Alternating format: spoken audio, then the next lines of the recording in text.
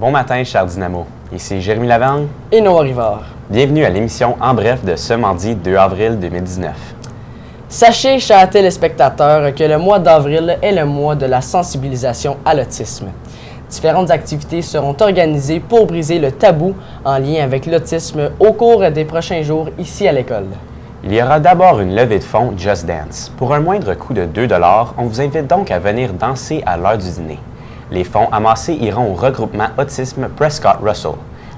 L'activité se déroulera le mercredi 10 avril pour les 9e et 10e années et le jeudi 11 avril pour les 11e et 12e. Venez vous inscrire devant le local D147 cette semaine. On vous propose également un tournoi de dodgeball unifié. Durant la semaine du 15 au 19 avril, des équipes de 10 personnes, incluant un enseignant, sont recherchées. Venez vous inscrire devant le local D147. Défi 20 jours santé mentale et bien-être. Le défi pour la journée d'aujourd'hui est de simplement prendre le temps de dire bonjour à 10 personnes en souriant. Bonjour Noah. Bonjour Jérémy. On affiche son geste sur hashtag On est bien ESCC. Athlétisme, il y aura une réunion ce midi à 11h25 au D147 pour tous les élèves qui veulent faire partie de l'équipe d'athlétisme de Dynamo. Voir M. Boulris pour les détails ou si tu ne peux y assister. Message important aux utilisateurs du gymnase. On vous annonce que le gymnase est réservé pour le bal des finissants ce midi. Cependant, la salle d'entraînement demeure ouverte. Nicolas Laplante pratique les arts martiaux depuis qu'il est tout petit. Il a su se démarquer dans son sport à plusieurs reprises. Il participera à une compétition internationale au mois de mai prochain en Europe. Jalen Bergevin l'a rencontré plus tôt cette saison. On regarde son reportage. Depuis quand pratiques-tu ce sport? Je pratique ce sport depuis 2014. J'ai pratiqué le jiu-jitsu en avril. Puis par la suite, j'ai commencé le jiu-jitsu brésilien en décembre. Puis après ça, j'ai pratiqué le kickboxing. Quels sont vos plus grands accomplissements? Ma plus grande accomplissement, je dirais, c'est faire ma passage de grade de premier degré comme ceinture noire en Jiu-Jitsu Kanryu. Et tout de suite après ça, je dirais mon autre grand accomplissement, ça serait de participer à la démonstration de terrien Jiu-Jitsu au World Kubudo en Grèce cette année en mai. Quel est votre plus gros défi? Mon plus gros défi, ça serait définitivement mon passage de grade de ceinture noire de premier degré. C'est un test très difficile d'environ 4 heures. Ça inclut tout le curriculum, des combats et des attaques d'autodéfense. Fait que ça, c'était vraiment épuisant et vraiment difficile à accomplir. Où t'entraînes-tu? Je m'entraîne avec terrien Jiu-Jitsu et kickboxing à Chesterville. Qu'est-ce que ce sport t'apporte? Le sport, je dirais, ça m'apporte beaucoup de confiance en soi. Ça m'aide aussi à me découvrir comme personne, réaliser c'est quoi mes qualités, mes inquiétudes, mes problèmes. Pas mes problèmes, là. Mais mes défauts, et spécialement les défauts. Et je dirais que c'est un excellent sport pour la confiance de soi, et spécialement la confiance de soi. Puis pourquoi est-ce que vous voulez continuer ce sport-là? J'aimerais bien ça continuer ce sport-là, juste pour le côté d'art comme tel, être toujours à la poursuite de la perfection, en fait, de technique. Puis aussi, pour me garder en forme, savoir que je vais être capable de prendre soin de moi-même si jamais ça arrive que je me fais attaquer. Où est-ce que vous êtes rendu dans le déroulement de vos ceintures? Dans le Jiu-Jitsu Kanryu, je viens juste de passer la grade de ceinture noire premier degré il y a quelques semaines. Et en Jiu-Jitsu brésilien, je suis ceinture bleue. Est-ce que tu aimerais avoir une carrière dans ce sport? Absolument. Ça n'a pas d'importance si c'est comme instructeur, comme entraîneur ou ça serait même comme combattant, si ça soit dans le Jiu-Jitsu brésilien ou même dans les arts martiaux mixtes. Mais c'est très difficile de se rendre loin dans le sport, et spécialement comme combattant. Mais j'aimerais absolument continuer avec un domaine dans ce sport, quoi que ce soit. Qui t'a inspiré à commencer à faire ce sport-là? Quand j'ai commencé à faire ce sport, c'était pas vraiment pour des raisons personnelles. C'était mes parents qui m'ont demandé si je voulais commencer le Jiu-Jitsu. Ça, c'était tout simplement pour me sortir de la maison à cause de tout ce que je faisais. C'était des jeux vidéo, puis j'avais pas beaucoup de confiance en moi-même. Fait que j'ai commencé ce sport, mais ce qui m'a vraiment aidé à garder dans ce sport, à rester dans ce sport, c'était Georges Saint-Pierre. C'est un athlète d'arts martiaux mixtes qui vient du Québec, dans un petit village de Saint-Isidore. Et il est devenu le champion du monde welterweight dans le UFC. Quand j'ai commencé ce sport, je dirais à environ 6 mois à travers, je n'étais pas certain si je voulais vraiment continuer. Mais après avoir écouté un reportage sur GSP, comment il s'est fait intimider quand il était à l'école, puis il a vraiment réussi à s'en sortir avec les arts martiaux, c'est à ce moment-là que j'étais vraiment passionné, puis je voulais continuer dans ce domaine. Combien de fois par semaine tu t'entraînes? Je m'entraîne environ 5 à 6 fois par semaine, environ 2 heures par soirée. Ça peut varier entre le Jiu-Jitsu Canryu, le Jiu-Jitsu brésilien, du kickboxing. Et pendant l'heure du midi, j'essaie de faire un peu de conditionnement physique, que ce soit des haltères ou du cardio. Pour toi, c'est quel le préféré du sorte d'arts martiaux? Je dirais que mon art martiaux préféré, c'est difficile à répondre à cette question-là, c'est comme comparer des oranges à des pommes.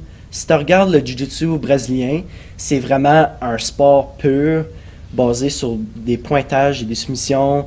Et il y a beaucoup de tournois que tu peux t'inscrire. Ça ressemble beaucoup au judo.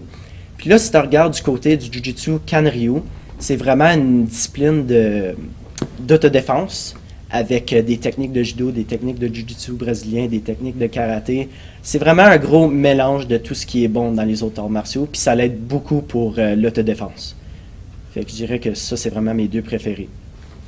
Quand j'ai commencé à pratiquer les arts martiaux, j'étais pas vraiment informé à propos des arts martiaux, comme par exemple, je regardais vraiment pas les sports, le hockey, ça me disait rien, les arts martiaux, ça me disait rien. Fait que quand j'ai commencé à pratiquer ce sport, c'était pour la simple raison que mes parents m'avaient demandé de commencer le Jiu-Jitsu pour me sortir de la maison. Puis je savais qu'il y avait une école à Embrun de Jiu-Jitsu, 100% arts martiaux. Fait que j'ai fait une visite. Après quelques séances de classe, j'ai décidé de m'inscrire. Puis après 2 ans, j'ai dû quitter l'école. Maintenant, je suis avec Terrien Jiu-Jitsu. Fait que j'étais pas vraiment informé à propos des arts martiaux. Par exemple, je connaissais vraiment juste le boxing, la lutte, les disciplines olympiques. Que vises-tu pour cette compétition-là? Ben c'est certain, je souhaite la victoire. Mais au pire, j'aimerais bien ça apprendre de mes erreurs. Comme par exemple, ce temps-ci, je me concentre beaucoup sur mon Jiu-Jitsu Canryu en raison de mon passage de grade dans le Jiu-Jitsu Canryu. Donc, je veux absolument essayer d'en retirer des leçons de ce tournoi. Pour une 2e année consécutive, la vente de garage pour l'apprentissage a eu lieu jeudi dernier. Nous recevons Mme Sophie Génier dans nos studios aujourd'hui pour nous en parler davantage. Bonjour Mme Génier, ça va bien? Ça va très bien, merci. Parfait. Donc, quel est le but de la vente de garage pour l'apprentissage, pour vous? Donc, le but premier est de réduire les déchets et puis de donner une 2e vie aux articles. J'ai travaillé à ce projet-là avec ma classe de géographie 12e année. Et puis, nous avions plusieurs petites tâches, dont la première était de faire la collecte des articles. Ensuite, nous avons placé par thème. Et puis, pour finalement ramasser le tout et envoyer au comptoir de guerre populaire. Parfait. Donc, au niveau des dons d'objets, est-ce que les élèves ont été plus généreux cette année que l'année passée? En effet, oui, je dirais que les dons ont été très généreux, même plus que l'an passé. Plusieurs choses ont dû être apportées au comptoir, mais c'est une bonne chose. C'est un bon point de départ pour un projet comme cela. Parfait. Donc, quel était votre objectif et l'avez-vous atteint?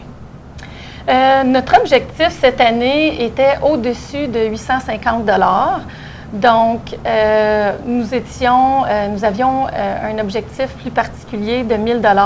Malheureusement, nous n'avons pas atteint cet objectif-là. Nous avons terminé avec un montant de 677 $ et 10 sous. Quand même assez bien. Oui, c'est quand même bien. Vouliez-vous profiter de cette occasion pour remercier des gens? Oui, j'aimerais bien remercier tous les élèves de ma classe de géographie et puis aussi tous les gens qui ont participé de près ou de loin, que ce soit pour apporter des articles ou même acheter, faire des dons. Et puis, Mme Mélanie Roy, c'est une partenaire extraordinaire avec qui travailler. J'aimerais prendre aussi avantage de cette occasion pour dire que l'an prochain, nous allons avoir un encan silencieux à la vente de garage. Donc, nous allons consulter des gens, des artistes locaux, plus précisément, Entre autres, M. Martin Gérard s'est proposé pour apporter une œuvre et puis de cette façon, on pourrait amasser un plus grand montant d'argent. Parfait. Bien, merci beaucoup et passez une excellente journée. Merci beaucoup, vous aussi. Merci.